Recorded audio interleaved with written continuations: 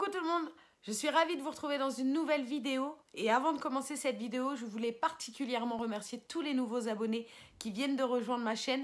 Chaque abonnement me fait extrêmement plaisir puisque j'ai l'impression que soit c'est quelqu'un qui a de l'empathie ou alors tout simplement qui vit la même chose. Et si je peux aider, bah tant mieux en fait, ça me fait extrêmement plaisir. Donc voilà, c'était juste une petite aparté, je voulais vous remercier pour tous les abonnements que j'ai eus dernièrement. On va rentrer dans le vif du sujet. Cette vidéo, ça concerne les rendez-vous que vous pouvez rencontrer lors d'un protocole de FIV. Je pense que quel que soit le process, vous aurez ces 3 rendez-vous obligatoirement en début de protocole. Donc là, j'ai eu mes 3 rendez-vous généralement, et je pense que généralement, ça se fait sur plusieurs rendez-vous. Nous, on a eu, entre guillemets, la chance d'avoir ces 3 rendez-vous. Donc le rendez-vous avec le biologiste, puis l'anesthésiste et les infirmières. Donc je vais vous raconter un petit peu en quoi consistent ces 3 rendez-vous qui ont été donc je vais vous raconter comment je les ai perçus moi. Bien évidemment, on n'a pas tous le même parcours dans les parcours FIV. Le mien, si vous venez de débarquer, c'est que j'ai fait 3 grossesses extra-utérines et j'ai plus de trompe. Hein, j'ai eu l'ablation des 2 trompes. Donc c'est pour ça que je me retrouve en FIV aujourd'hui. Donc concrètement, le rendez-vous avec le biologiste, on nous a demandé de rendre tous les consentements concernant le sujet de la congélation des embryons. Donc voilà, il y a des consentements à signer si vous êtes pour la congélation après la FIV ou non. Voilà. Tout ça, vous devez le remettre au biologiste et le biologiste est là pour vous expliquer le processus d'une FIV, comment ça fonctionne. J'avais déjà clairement compris le principe d'une FIV, donc le rendez-vous a été très rapide. Voilà, elle nous a montré quelques images que j'avais déjà vues, donc ça a été très très rapide ce rendez-vous. Mais voilà, le rendez-vous avec le biologiste consiste à vous expliquer comment va se passer le processus de votre FIV. J'ai eu après rendez-vous avec l'anesthésiste et sans vous mentir, le rendez-vous avec l'anesthésiste, c'est un rendez-vous entre guillemets banal. En fait, c'est juste pour vous préparer à la ponction puisque c'est quand même une anesthésie générale. Alors, j'ai choisi de faire une anesthésie locale et sous hypnose pour la ponction. Je ne sais pas si je vais aller au bout de mon idée puisque ça a été proposé, donc je l'ai accepté. Autant faire ça, si je peux éviter l'anesthésie générale, honnêtement, je le ferai. Je ne sais pas si je vais accepter jusqu'au bout, parce que j'ai le choix de choisir jusqu'à la dernière seconde l'anesthésie générale ou sous hypnose. J'ai choisi pour l'instant l'hypnose. Je vous en dirai des nouvelles si j'ai le courage de le faire. Donc voilà, c'est un rendez-vous un petit peu classique. Hein, on vous demande, donc on vous prend votre tension, on vous demande votre poids, votre taille, vos antécédents. Si dans votre famille il y a des maladies, diabète, cardiaque, des choses comme ça. Voilà, c'est un rendez-vous un petit peu plus pour vos antécédents, si vous êtes allergique à un médicament ou des choses comme ça, pour vous préparer tout simplement à l'opération au final. Une fois ce rendez-vous fini, nous avons eu rendez-vous avec les infirmières. Alors là, il n'y en avait qu'une. Pour nous expliquer tout simplement beaucoup plus en détail le traitement de la FIV, de comment ça va se passer, comment je devrais me piquer. Elle nous a montré également les aiguilles du traitement. Donc là, ça a été un rendez-vous beaucoup plus intéressant puisque c'est exactement ce que je souhaitais avoir comme renseignement. C'est vraiment plus dans le traitement, comment ça allait se passer. Et j'ai eu au final toutes mes réponses à mes questions puisqu'elle m'a expliqué quand débuterait exactement le traitement, comment ça allait se passer. Sous un espèce de canard en caoutchouc, elle m'a montré comment je devais me piquer. Et moi, maintenant, je vais vous dire comment je ressens l'approche de cette FIV, hein, tout simplement, puisqu'on est le 12 et je commence exactement le 25 janvier. Normalement, si tout se passe bien. Non, c'est pas si tout se passe bien. Je commence le 25 janvier mon traitement. Donc, on n'est plus très loin, on va dire, du début, tout simplement, de la FIV. Donc, je stresse un petit peu, ce qui est normal. D'ailleurs, pour celles qui me suivent sur Instagram, vous le savez, j'ai décidé de faire une pause. Là, je viens faire la vidéo parce que je trouve que c'est important, pas que pour moi, mais pour d'autres femmes aussi. Donc, je le fais. Mais c'est vrai que j'ai décidé de faire une grande pause sur Instagram parce que j'ai besoin de me retrouver là. J'ai pas besoin de recevoir. Je sais que j'ai énormément de soutien. Je sais que je reçois beaucoup de messages de soutien. Mais il y a des messages peut-être que je pourrais interpréter mal alors que vous n'avez pas comment dire, une intention de me blesser. Mais parce que je suis fatiguée, parce que je stresse et parce que je suis mal, j'interprète peut-être mal vos messages et j'ai pas envie. J'ai envie de m'enfermer dans ce protocole, pas toute seule, mais il faut que je fasse un focus dessus. Peut-être que je viendrai vous parler sur Instagram pendant le traitement. En tout cas, ce que j'ai décidé, c'est de ne pas le faire du tout, de ne pas venir vous parler.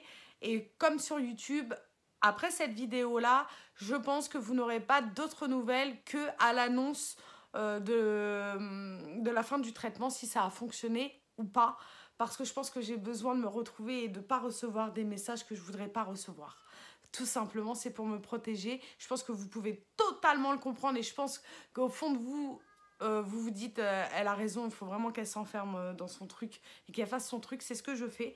Je vais vous montrer ce petit protocole, mais je vous mettrai une photo qui illustre très bien le traitement. Elle est juste là au final. Voilà, c'est ça. Je la prendrai en photo et je vous la mettrai juste là pendant que je parle. Donc au final, voilà, le traitement, le protocole du pré-traitement, donc avant la ponction et tout ce qui s'ensuit. Et bien au final, je commence le Provamès le 25 janvier. Donc il faut que je prévienne les infirmières, comme en jaune là, surligné, vous le voyez. Les infirmières que mes règles ont débuté et à ce moment-là, c'est là que je commencerai mes injections. Vous voyez un peu comment ça se passe. Voilà, voilà. Donc les injections, j'ai vu la piqûre. J'ai pas du tout peur des piqûres. Je n'appréhende, mais alors pas du tout les piqûres, mais j'appréhende de me le faire moi-même. Et Aurélien n'est pas du tout prêt à le faire non plus. Donc du coup, je pense prendre une infirmière libérale pendant peut-être les 2 ou 3 fois, ou peut-être même pendant tout le traitement. Parce que j'ai pas peur, mais je sais pas, le fait de ce moment où il faut piquer, je sais pas si j'aurai le courage de piquer en fait. C'est bête, hein, c'est nul de se mettre du stress, donc autant ne pas stresser du tout, prendre une infirmière libérale puisque j'ai le choix d'en prendre une et qu'elle me montre et peut-être que je le ferai au cours du traitement toute seule. Pendant le traitement, je me filmerai. Je filmerai pendant la ponction, je me filmerai avant la ponction, après la ponction pour vous dire comment je me sens. Je filmerai aussi le jour du transfert de l'embryon, mais et je ferai tout ça en vidéo et en montage et je la montrerai sur YouTube pour vous annoncer si cela a fonctionné ou pas, mais je ne montrerai rien pendant le traitement. Et il y a une chose en particulier pendant ces 3 rendez-vous qui m'ont un petit peu marqué. C'est pour ça que j'ai mis du temps un petit peu à mettre la vidéo. J'aurais pu très bien le faire le jour J. Mais on a eu quelques... Comment dire? On nous a mis en garde, pour nous, en tout cas Aurélien et moi, beaucoup trop, une fois de plus, sur la grossesse extra-utérine. Je vous avoue que depuis le début du processus, il n'y a qu'une seule chose à laquelle je pense, c'est de me dire que maintenant que je fais une FIV, c'est bon, les grossesses extra-utérines, c'est terminé. Eh bien non. Lors d'une FIV, contrairement à ce qu'on pense, eh ben vous avez plus de chances de faire une grossesse extra-utérine. Dans une grossesse spontanée, il y a 1% de grossesse extra-utérine. Lors d'un protocole FIV, c'est 4%. Et j'ai eu l'impression que le fait que j'en ai vécu 3, ils ont voulu un petit peu me mettre en garde comme si je faisais partie de celles où ça pouvait encore arriver. Malgré que je n'ai plus mes trompes, ça peut effectivement se loger sur le moignon de la trompe. Non. Alors je vous avoue que là, pendant 2-3 jours avec Aurélien, on est très sensible sur le sujet, vous vous doutez bien. Il y en a qui pourraient dire « Oh là là, mais faut pas qu'elle pense comme ça, si elle pense comme ça. » Attention, ça ne fait que 5 mois que je me suis fait opérer, que j'ai perdu mes trompes et que la grossesse extra-utérine est un sujet extrêmement sensible puisque c'est à cause de ça que j'ai perdu mes trompes. J'essaye de me dire que si ça doit arriver, ça arrivera et c'est pas grave, on repartira sur une deuxième chance comme on doit le faire. Et c'est ce que nos infirmières nous ont expliqué. Si ça doit se passer, ça se passera et c'est pas grave, on recommencera. Donc j'essaye de me mettre en condition de me dire que tout peut très très bien se passer. Et c'est la plupart du temps ce qu'on nous dit, qu'on est un couple... il y a juste un problème mécanique au final. Donc on va me mettre dans l'utérus, ce qui n'a pas fonctionné avant. Alors, j'ai beaucoup de mal à croire que je peux refaire une grossesse extra-utérine derrière. Donc, je préfère ne pas y croire, mais quand même me le garder en tête. Donc, c'est très compliqué. Donc, je pensais ne pas avoir besoin de ce stress de grossesse extra-utérine à la suite du test de grossesse, puisqu'elle m'a expliqué qu'une fois que le test de grossesse sera fait, on est suivi tous les 48 heures lors d'une prise de sang pour voir si le taux fonctionne bien. Alors, vous imaginez bien que pendant cette période-là, ça va être très tendu pour moi et que je vais extrêmement stresser pour la grossesse extra-utérine. En attendant, pendant le traitement, j'ai vraiment pas envie d'y penser. J'ai vraiment envie de me concentrer sur ce traitement, sur la positivité qu'elle peut m'apporter, donc un bébé, hein, tout simplement. Hein. Le côté positif, ça peut être que ça. Donc du coup, j'ai vraiment envie d'y croire. On fait partie, on a une grande chance, Aurélie et moi, de faire partie de gens qui n'ont pas, entre guillemets, de problèmes de stérilité ou de choses comme ça. On n'est pas infertile, on n'est pas stérile, pardon. Donc du coup, on n'a pas de problème. C'est juste qu'on a besoin d'un petit coup de pouce et qu'on nous le mette directement dans l'utérus parce que je n'ai plus mes trompes. Et que ça ne peut pas se faire naturellement. Sinon, vous imaginez bien que j'aurais préféré faire ça naturellement. Donc voilà comment je ressors de ces 3 rendez-vous. J'aurais préféré les faire en 3 fois au final. Parce que ça a été speed. Et j'ai eu que du coup, ça a été tellement rapide. Et sur le rapide, on nous a parlé, on a l'impression que de la grossesse extra-utérine. Ça a été assez lourd à porter à la fin du rendez-vous, tout ça, quoi. Je suis ressortie vraiment un petit peu débitée à me dire, c'est pas possible, quoi. Je pensais que c'était fini. Et non. Donc, c'est pas grave. On va y croire. Moi, j'ai envie d'y croire. J'ai pas envie de penser que ça peut encore nous arriver. Non. Il n'y a pas de raison. On se donne tous les moyens pour y croire. Donc, il n'y a pas de raison que ça ne marche pas. Il faut de toute façon rester positif dans ce parcours. C'est primordial. Même si c'est beaucoup plus dur, c'est plus facile à dire qu'à faire. Franchement, honnêtement, il y a beaucoup de femmes qui ont vécu ce parcours et qui me disent attention, reste positif, c'est important et tout. Je pense pas qu'elles aient des positifs sur le moment non plus lors du traitement, quoi. Hein. Je pense que... Enfin, je veux dire, j'ai envie de positiver, j'ai envie d'y croire, mais j'ai cette petite partie de mon passé qui me dit attention aussi. Ça ne peut... Enfin... J'espère que vous pouvez me comprendre, vu mes antécédents, que je peux un petit peu stresser.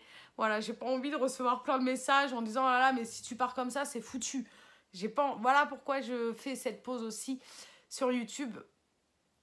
Voilà, parce que je sais que des fois, dans votre élan de générosité et dans votre élan de soutien, il y a de la maladresse que je peux mal interpréter parce que ça reste des messages en plus. C'est pas du visuel, c'est pas de l'oral. Et donc, du coup, des fois, voilà. Et j'ai pas envie d'interpréter mal ce que je n'ai pas interprété mal juste parce que je stresse. Voilà. Donc, bah voilà, on va se passer comme ça. Là, on va rentrer dans le protocole, là, bientôt. Bien évidemment, j'essaierai de vous donner quelques petites news sur Instagram. Donc, n'hésitez pas à me rejoindre sur mon Instagram qui sera en barre d'infos et qui aura été mis au début de la vidéo. Donc, voilà, j'ai plus rien à dire, je crois. Je vais vous laisser là en vous souhaitant à toutes d'avoir un positif lors de cette année 2019 parce que j'ai bien évidemment oublié de vous souhaiter la bonne année puisque je ne fais pas partie de ces gens qui souhaitent la bonne année. Je ne sais pas pourquoi, je n'aime pas faire ça. Je vois pas l'intérêt. Bref, je trouve ça un peu hypocrite. Bref, tout ce qui n'est pas hypocrite, en tout cas, c'est ce que je vous souhaite vraiment un beau plus pour cette année 2019, que tout se passe bien pour vous. Je pense que l'année 2018 a été très dure pour beaucoup plus que je ne le pensais. Je ne suis pas toute seule dans ce cas-là, il y a même voire pire que moi. Donc, il faut aussi en retirer du positif, toujours, tout le temps. En attendant, moi, je vous souhaite bien évidemment que tout se passe bien pour vous. Si vous rentrez en protocole FIV, voilà, pareil que moi, j'espère et je croise les doigts pour vous que tout se passera bien. Et puis voilà, et puis pour toutes celles qui sont enceintes, félicitations. Et puis bah, voilà, je vous fais des gros bisous et je vous dis à bientôt. Salut, salut!